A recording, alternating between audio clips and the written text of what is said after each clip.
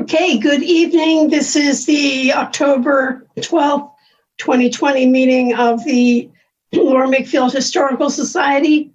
Gosh, I am really losing it. Lower Makefield Township Historical Commission. And we are again virtual this month. Will people please announce who is here? This is Joe Camarada. Okay, Joe is here. Becky Diamond. Becky is here. Eric Rockenbach. And Eric Rockenbach is here. Hi, Eric. How are you? Good, Helen. How are you? Okay, we apparently have a new member, or I hope we have a new member. They interviewed someone last Wednesday night. If you caught the beginning of the Board of Supervisors meeting, they interviewed a very promising young candidate from University of Pennsylvania who is a PhD candidate in, I guess, Roman and Egyptian history, which is very interesting, but he's also got an interest in local history, very young, and he's excited to join. So I hope they agree that he should be appointed. So tonight we can kind of keep it kind of short and hope that he gets appointed as well. Barbara will probably be checking in shortly, just allowing the video to run. Okay, so on our agenda, we have first to approve our minutes from last meeting. And unfortunately, as I know Joe had already tried to fix some of the comments, but I do have a few more. Sorry, Becky. No, that's fine. Whatever. Okay, so on the first thing about the treasurer's report, I expressed a concern about our money in the community fund. That's true. And then the second thing is our yearly budget is 500 per cycle. So I would add that to it. And that is true. That the rest of it is fine. And then the financial, we have no bank account of our own, but we do have an account in the community fund. I would add that as well for that section. And then down at the bottom, when we have the Lower Makefield Historical Society thing, I would revise that a little bit just to say at the very first sentence, at a recent meeting, Helen and Donna Doan were the only people at the time on the phone call that voiced, because I'm not sure what happened after I left. I still haven't heard what happened after I left, but kind of ending that part of that discussion. And then the last part's on the Prickett property.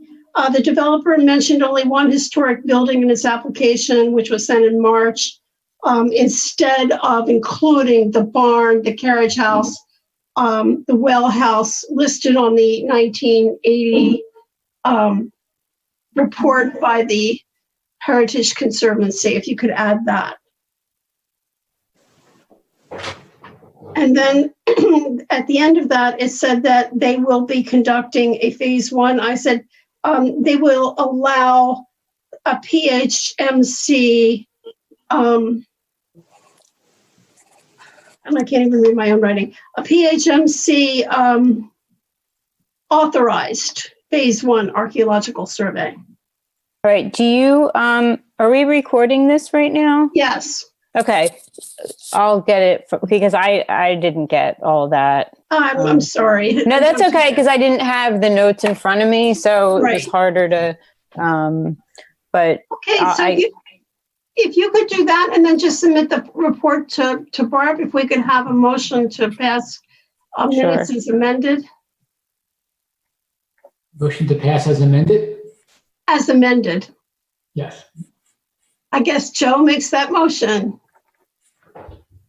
I second. Okay, Becky seconds. All in favor? Aye. Aye. Thank you. Eric, are you taking minutes tonight? See if Becky. Yeah, I've been taking minutes. I do have to drop at 6 though. So I was going to continue to take minutes up until that point. But then it should be recorded as well. I mean, if you want to, you should be able to look at back and see what's going on here. Yeah, if I can see a replay, I can. Right, that's good. Okay, so second up is the treasurer's report, and I was hoping Fred would be here. because there's still issues about this confusion over our account and what we have in community funds and what we have in budget. And as far as I understand at the present, I'm just going to state what I think we have. I think we have spent our yearly budget at this point. Any balance in our budget was supposed to go to help the lady, Lisa Gage, who does the videos for the township, come up with a video on the Slate Hill Cemetery. And if we need to supplement that, I have a feeling that they can take it out of our community funds budget, but I sure as heck hope they don't spend all the $4,000 that we thought we had in the community funds budget. And I do have in the record that we had 4667.90. Is that correct, Joe? You're our official treasurer. I didn't ask him about that. I asked him about the annual budget, and he did say that it was spent. I asked him for a reconciliation of that, and he did confirm that the budget for next year is also 500. Yeah, so I don't know what happens to the money that we actually earned. The next item is a report on Slate Hill Cemetery. And just for your information, not only did we get the $300 from McCaffrey to pay for the programs, but we actually made $43 in donations just in a little jar sitting on the wall, which I took down to the township and put in. So, Joe, if you could add our $43 donation. And, we really should record the fact that McCaffrey's gave us $300. I guess Barbara and her friend donated about $30 in flowers. I donated $30 in pillowcases, which, I'll probably end up keeping. I am asking for reimbursement from the township on the printing cost of the posters, which is about $30, I think, something like that. So that should be coming back as well. But other than that, we actually made money on the event. So that is really good news. And we have about 25 programs left that have the history of the 6 soldiers. So we can certainly hand that out at any kind of gathering that we eventually get to have at the township. So Helen, the $43 in donations, where did they go? Yeah, we got $43 in donations. Is that submitted into our community funds, or what account does that go into? I guess I would hope it goes into our community fund, Joe. I definitely did make that intention. It wasn't supposed to balance whatever they're giving us as a budget for our printing and everything else. There are currently plans by the PHMC for historical conferences that are going to be virtual in early March, just so you can set your calendar. And we can certainly budget, and they charge for these, of course. So it's like, I forget what it is, $25 a person to attend lectures by preservationists to get you up to date on the latest grants that are available from the PHMC, the State Historical Preservation Office, and also good archaeological survey stuff and all the rest of the kinds of things that are important to both harbor boards and to historic commissions. So they do approve that. And in the past, we have funded our members who want to participate in those conferences. So that's something that we can certainly vote for early next spring, that we would participate in that and go forward on that. Going on with the Slate Hill Cemetery thing, Perry Warren also announced, I think, at the ceremony that he was going to help us to get the historical marker for the roadside. So I'm gonna call him on that one for sure and see if we can get that started. That has to be in by February, so we can write the application for that right now, so we can get that done. And I'll donate doing that. So we can do that. The other follow-up on the cemetery was genuinely positive, except it's a little discouraging to hear the Board of Supervisors thank the Lower Makefield Historical Society for all the work they did. Yeah, I heard that a few times, actually, throughout the day. I just don't know how to explain that to them. I don't know. But anyway, that's where we are with that. Any other comments from you guys? I thought you did a great job, Helen. Thank you, Eric. Yeah, I thought everything went off very well. Just heard around town some people make some comments about it. So great job putting it together. Thanks. I Becky? saw the pictures that Donna posted on Patterson on the Facebook page. Are you going to post? Do you have any pictures to post on the Lower Makefield Township historical page? We need somebody to take that on and do that. I'm going to do the Lower Makefield Township historical page. Yeah, I haven't done that yet, but I'd really like someone else to get on there and start posting as well. That would be really helpful. So, and I'm going to bring that up a little later too. There's another issue that's recently come up on that. Okay. So Joe, maybe you'd think about that, because I know you're into the education phase now. So why not, Right. just start thinking about that and what we can put up. I don't know how exactly. I'm sure somebody will tell me how to authorize other people to post, but basically anybody on this commission should be able to post on that site for sure. Right. And especially Becky with your food and stuff, that would be really interesting. And could certainly do that, talk about Victorian eating and, it's really cool stuff. So we definitely have to get on because no one else seems to be doing much of anything. Developer plans. What I need tonight from you guys is something that you would want to say to me to write. They are having a planning commission meeting tonight, but I don't think Prickett's on the agenda. But something that it has to be in by, I think the date is the 14th. To the township, our comment on there's Barbara. Hi, Barbara. Hey, hon. Sorry I'm late. Oh, that's okay. Just listen in. So what you would like us to put into, I'm going to be writing a memo from the Historic Commission on what you would like to put in for the Prickett development and what we need to ask for. And I think I wrote to Barbara about this already, that I think we should ask. All right, maybe I should go backtrack. I've been in contact with SHPO, with the State Historic Preservation Office. They're very upset about the whole thing, that they weren't brought in at all. And so, as Jim had said in the last meeting, they have authorized basically a phase 1 archaeological assessment.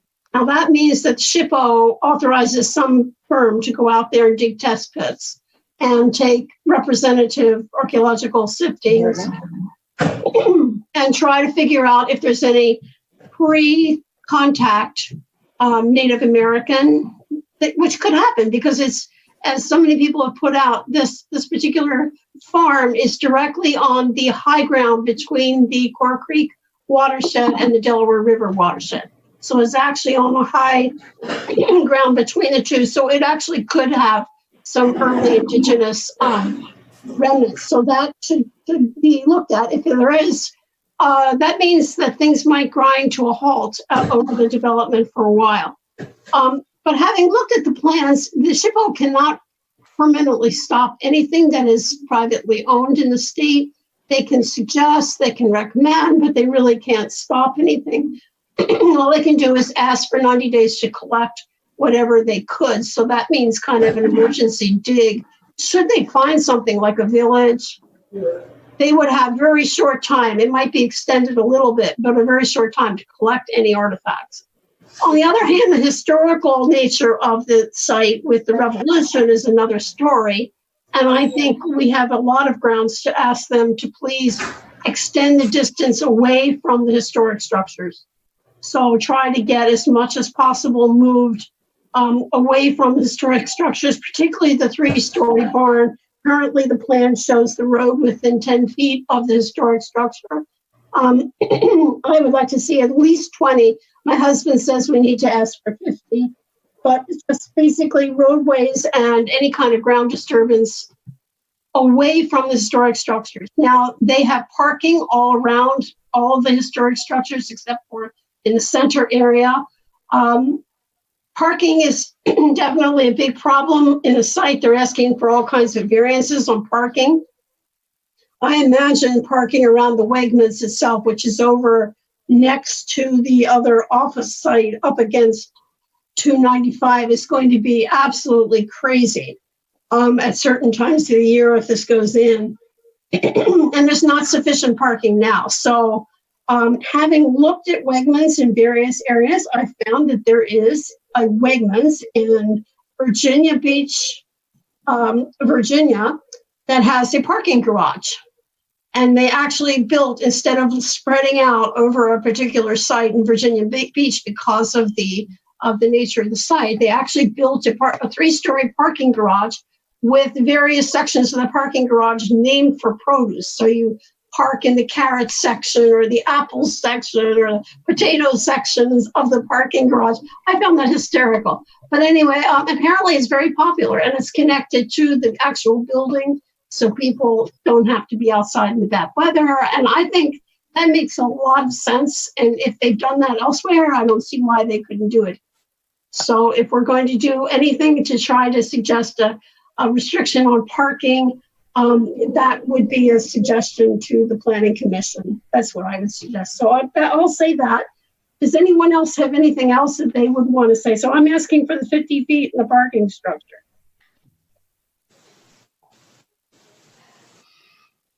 Anybody else? I don't have anything.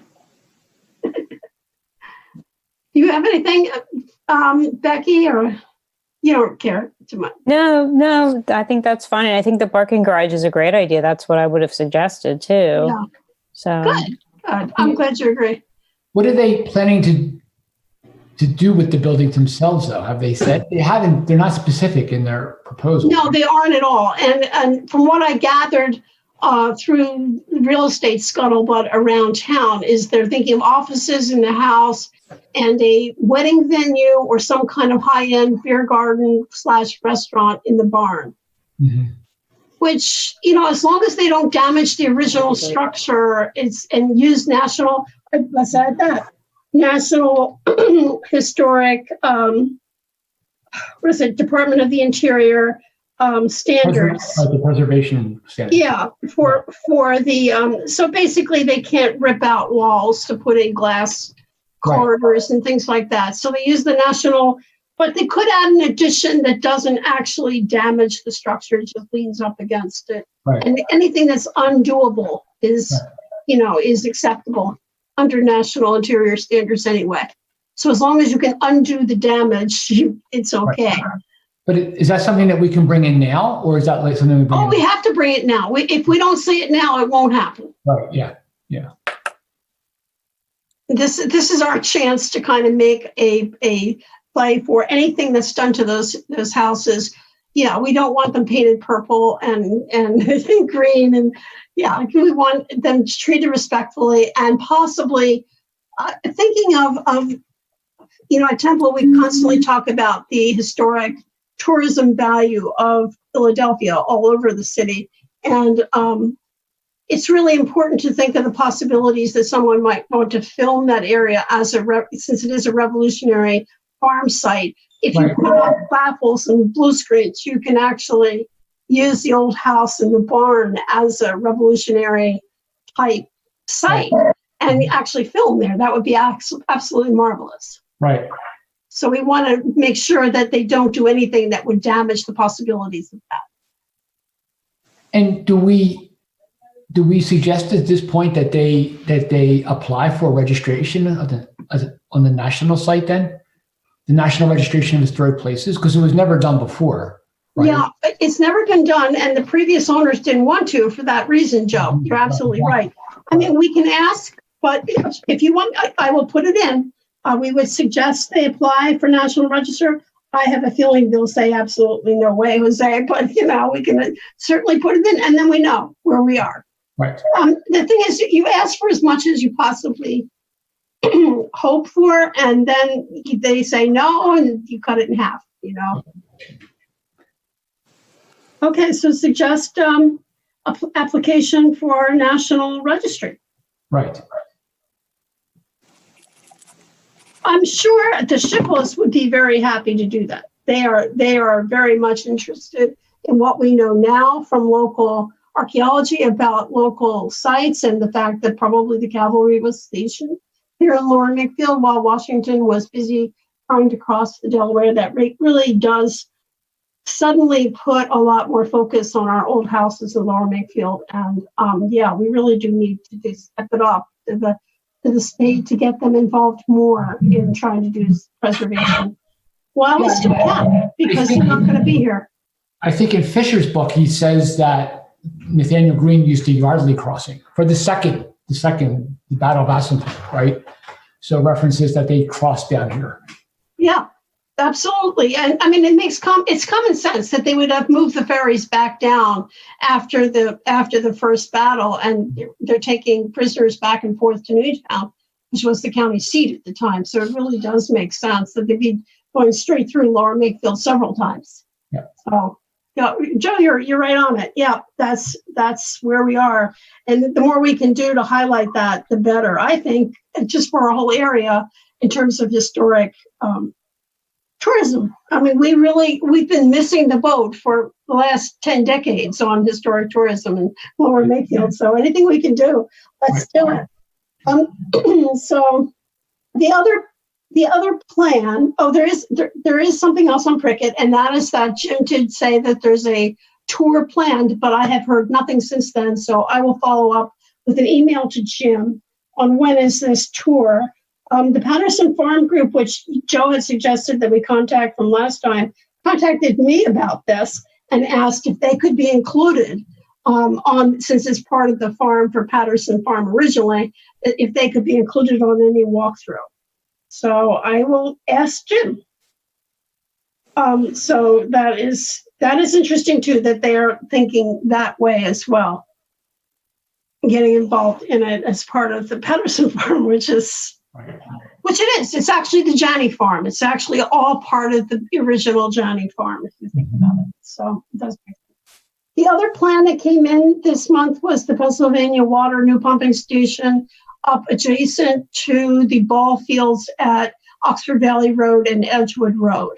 And it's in that copse of trees next to the tower, the water tower that's up there. And I know from previous maps back in the 60s that there was some kind of a dumping site in there. And I think it was from Sylvania, which is similar to the one down at Makefield, where there were light bulbs and lead dumped in a pile near to that tower.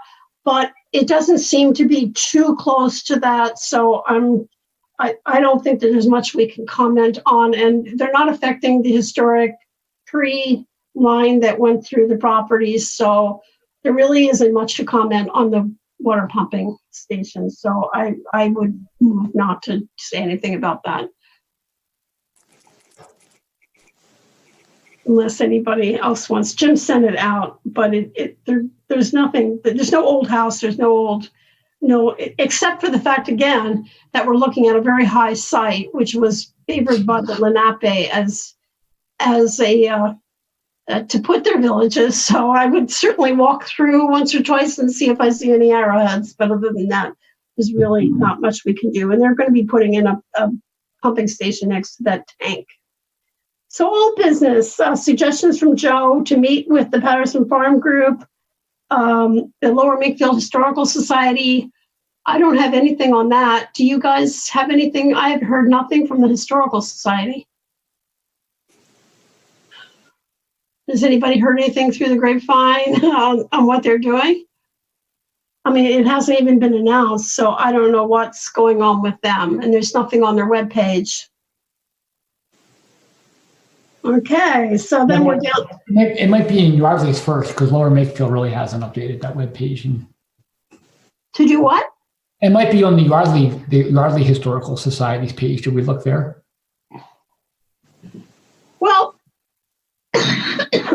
I'm still thinking about it, because the problem is, under state law, actually, you need 100 paid members to be a bona fide historical society, to actually qualify with the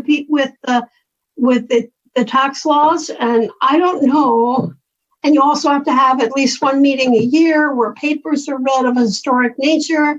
So they were qualifying for that with the Prickett lecture series. They were qualifying with that with having enough members. And to join with Yardley just means that there's one less historical society. I actually did some time investigating what we have around us too in terms of historical commissions. And it is interesting to see that Falls is down to 2. They have 2 people on their historical commission, kind of standing there in a picture looking, like we're the only 2 left. It does not seem to be a priority at all in Falls Township. It's really, really an issue. Upper Makefield has 4 members of their architecture, and they call themselves a Historic Advisory Commission in Upper Makefield, but there are 4 members and they're pretty active. On the other hand, Middletown has gone to 8 members.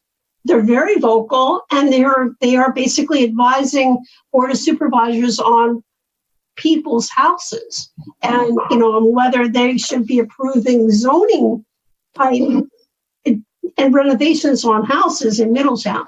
So that was very interesting that, things are kind of moving in the other way. When I look at local historical societies, how many there are and how well they're functioning, they're all suffering. They're all having a very hard time. Langhorne's having a hard time. Saving the Farm and Langhorne is having a hard time. Falsington is having a very hard time. And which puts in question some of the historic buildings in Falsington, which is really sad. Upper Makefield doesn't seem to have much of a historical society either. So for qualified historical societies, there are going to be few, far between, which kind of reflects a lot about our culture and the value of historic preservation. And it's very sad. So I am going to get moving. If I'm not going to be working down at Temple, I've got to be doing something here to help fix that. Fred has joined us. Thank you, Fred, for coming. No problem. Sorry, I'm late. Oh, that's quite all right. We were, the only thing that's kind of a question for you is about the finances. What happens to the 4,000, whatever it is, money, that $4,667.90 that is in our community chest? Is that still part of our budget? I mean, I know we have a yearly budget for our meetings and for our maintenance of what we do in a yearly capacity for our programs, et cetera. And we pretty much spent our budget for this year for sure. But do we still have that money or we don't have that money is the question. We may have it, just need to make sure we know how it got there. I sent in all the receipts and all of the checks that Krista had given me to the township, so Kurt should have a copy of all of that now and be able to tally that up. Who has it? Krista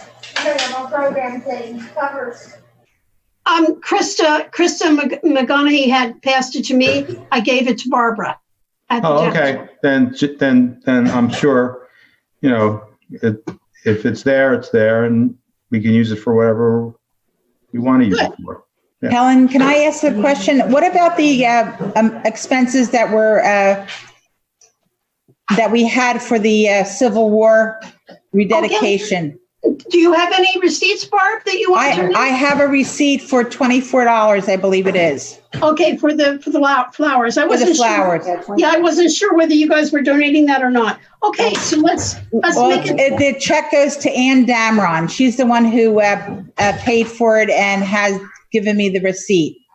Okay, Barbara, what I'm going to need to do is we can take a vote that we would pay Ann the $24 for the flowers, and if someone makes that motion. But then if you would get her to put a bill into the township. Okay, she's here actually, Ann here. The total amount was $25.20.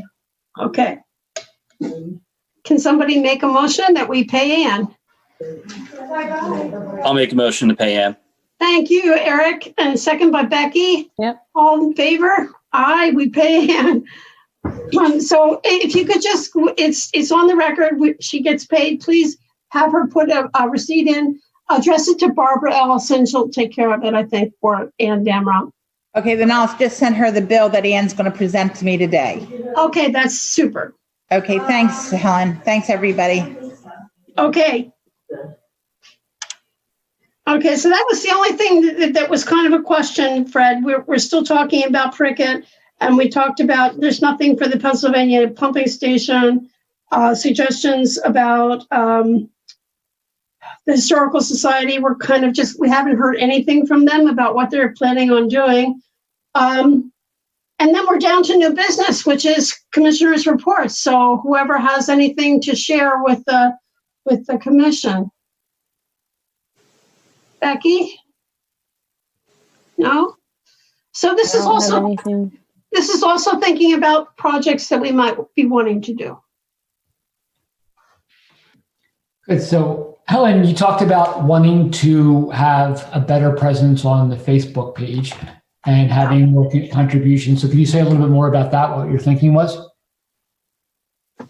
Well, if the Historical Society is no longer going to be doing the website at all, I think we just take it over and we'll start posting more on Lower Makefield history on that website. I don't think anyone else from the Historical Society, Krista gave permission to post. Kelly Blake may have had permission at one point to post on that site, but I haven't seen any posts from them in over 2 years. So I'm going to continue to post on the site. And if anyone from this commission, I'll make it available, and you can post on that site as well. So if you find something like I found yesterday, I found a clipping in an Inquirer from, it was 1835, where Robert Yardley was killed by a train on his way to vote. So I was going to put that up for the voting in October, November. He literally got hit by a train on his way to the polls. Except for we don't want to discourage people from voting. Ellen? No, you take your life in your hands when you vote. But things like that. There was also an obituary for Thomas Yardley from 1828 that was in the paper, which was really fascinating because they were saying that that particular Thomas Yardley was still a Quaker, the only member of his entire family who was still a Quaker, the original faith, of William Penn, which was so interesting to have that. And that was from a Philadelphia paper, so that was really kind of cool too. So I can post those sort of things. However, what came up and what has prompted me to get even more upset about our Lower Makefield history is I've been coaching my grandson, who's in second grade, and he gets dropped off at my house because it's quiet and he can focus, etc. here.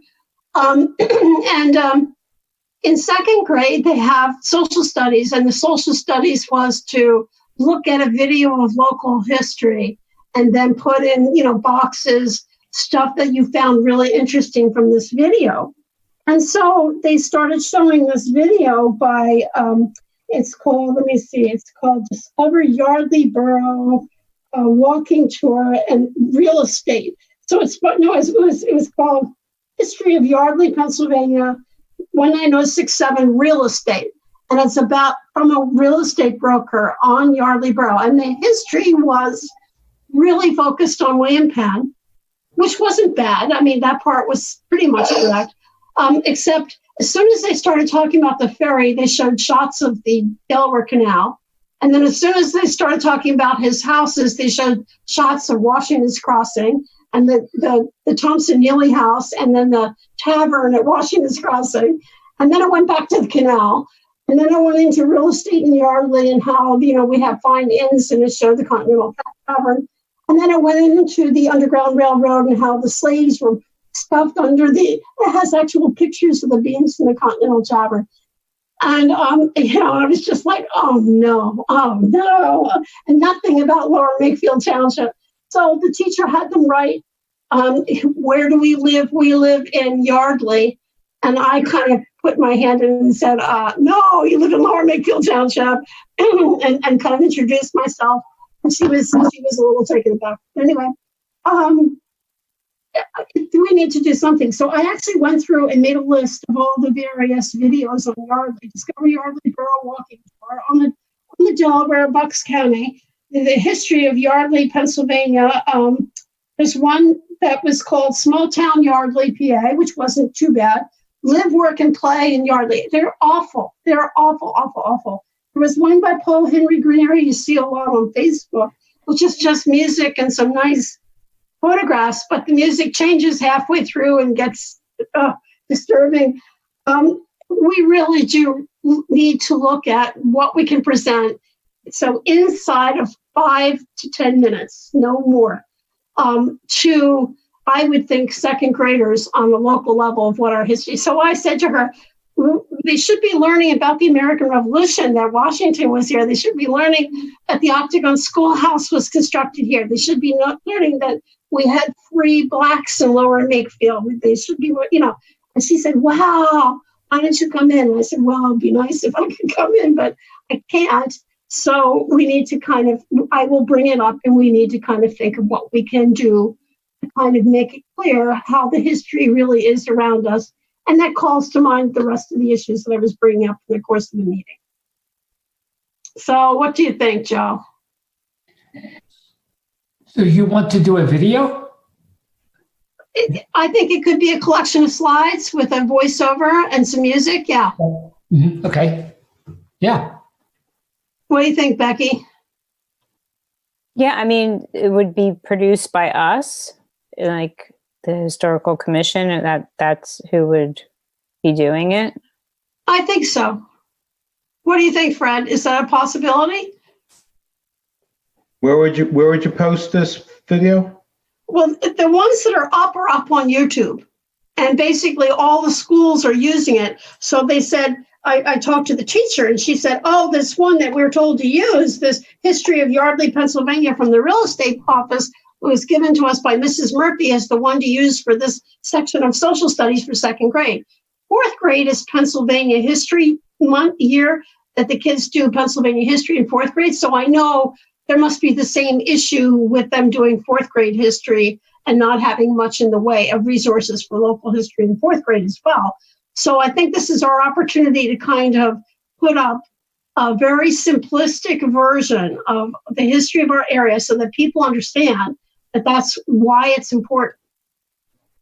I don't think it'd be a problem. It's just you need to come up with a budget and the synopsis of what would be in the film, and then we'd probably have to run it through the board before it was done.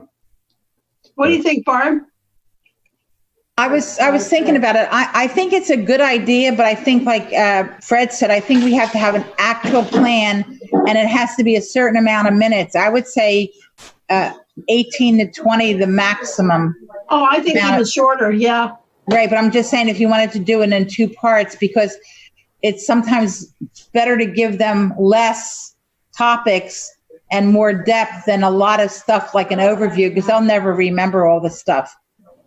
So I would vote like to get a synopsis of the main things that we want to give and concentrate on those. And even if we have to do 1, 2, 3 like that, that would be better than give them an overview. Because the little ones in 3rd and 4th grade, I don't know if they're going to be able to absorb all that content. So what they were writing down for these little packets basically was they wrote pictures. They said canal, and they said railroad, and then they had Lake Afton, and they had William Yardley, and that's basically all they wrote. So you're right, but I was saying, they really need to have a picture that this is. The teacher didn't even know that there was a ferry that crossed in Yardley. So it was kind of shocking to me on so many levels. That would be my suggestion then, Helen, to like have maybe 5 to 10 overreaching things that you want to communicate. Right. And then we can kind of pare it down and figure out how that would be in terms of time frame and how you want to present it. And there are grants for this sort of thing, Fred, from the Pennsylvania Historic Museum Commission. This is something that they fund all the time. So I think we could probably get grants to at least match whatever we can put up for it. But it really, it's pathetic what's out there. So I think it was, first of all, it's really easy to record these things. We can record them right here on Zoom.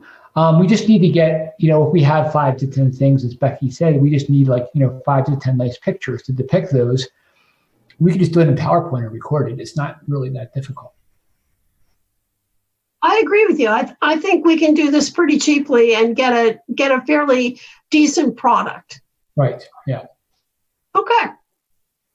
So I'm going to put that on our agenda to go forward. And Joe, I have to meet with you anyway about your project for college. So we'll get together and do that maybe at the end of this week. Okay. Yeah, I mean, you could even get some kind of student, whether it's high school or college or somebody to help with that, because they're the Absolutely. ones that are great with all the Yeah, the visuals. the one that was done back in 2012, which was done by a woman named Finfer, who's a lovely young woman who did on the Delaware Bucks County, small town, Yardley, Pennsylvania, was done by Pensbury. So the Pensbury filming, and I know the guy who runs Pensbury filming, so that would be awesome. Yeah, sounds good. Okay, let's focus on. I'm going to be putting more time and energy into that. Our next meeting is scheduled for Monday, November 9th. What is your preference to time, Becky? Sorry. I lost my video now. What do they have? Oh, I don't know. I'm gonna ask for 7. I mean, that's that's my preference. Like, I don't want to be the complainer, but I've said it before. We're volunteers, and I mean, if that's what time we would meet normally, Yeah. Sorry. People were upset about the time tonight, Fred. So that's kind of where we are. Joe, how about what's good for you? Yeah, I mean, certainly when you make it in the evening, it gets us away from work and dinner with the family and things like that. So, yes. Fred, can you give me a little more insight as to what the problem is with why they won't schedule more than 2 meetings at one time? Do they have the equipment or they don't have the equipment? I think it's a logistics issue. So there's only, there's so many groups, so much, and only so much time to schedule these meetings, because they can only be, in fact, I'm kind of surprised we're having a meeting this week because there's no Board of Supervisors meeting. Right. So obviously we extended times to do these meetings. So the only thing I can think of is it's a staffing, a technical issue that keeps us from scheduling everything at a certain time. Okay, so if we can get Barbara, maybe you could say something so we could get Barbara to schedule us at 7 on the off week. I mean, if we have to move back to the first Monday, maybe we can do that. But whatever off week from the Board of Supervisors, or tonight's the Planning Commission meeting at 7. So that's why she's doing it. We had to go early. Okay, so that's the planning. Yeah, because the Planning Commission couldn't meet last week. We had a real technical issue. We had a cancel meeting. And thanks for reminding me, because I'm the liaison for the Planning Commission too. Yeah, I'll talk to Kurt. Okay, so because for many of our volunteers at this point, and I also wanted to ask about the guy you interviewed. Did you appoint him or not? Yes, James is your newest member. I'm surprised he's not here tonight. But I didn't send him a notification because I didn't have his email or any contact information. Okay, so you might want to call Barbara up or get a hold of Barbara, and she'll give you that information. Okay. Very good horrible. guy. I really feel horrible because I didn't. Well, can we send him the recording? Yeah, I'll refer him to the recording. But yeah, and we're looking forward to having him on the board. I think it'll be great, and maybe he can help us with some of these video issues, Joe. That would be awesome. He's a bright, young, very handsome young guy, and he can certainly talk, and that would be awesome to have someone else other than myself doing videos for the township, which I hate. It's just I'll do the research. I really don't like the presenting. I have to do that tomorrow morning with Linda Sally down at the whatever the videographer was for the cemetery thing. The African American Museum thing is being shot tomorrow morning, so I have to go down to that, Fred. So thank you all for coming. I think that's all I have for tonight. Are you guys okay? Yeah, sounds good. I had muted, thanks. That's why. Yeah, thanks so much for showing up, Barbara and Joe. And I think we're done. You have a motion to adjourn? Motion to adjourn. Okay. Second by Yep. Becky. Bye-bye. Thank you. Thanks. Bye, guys. Bye.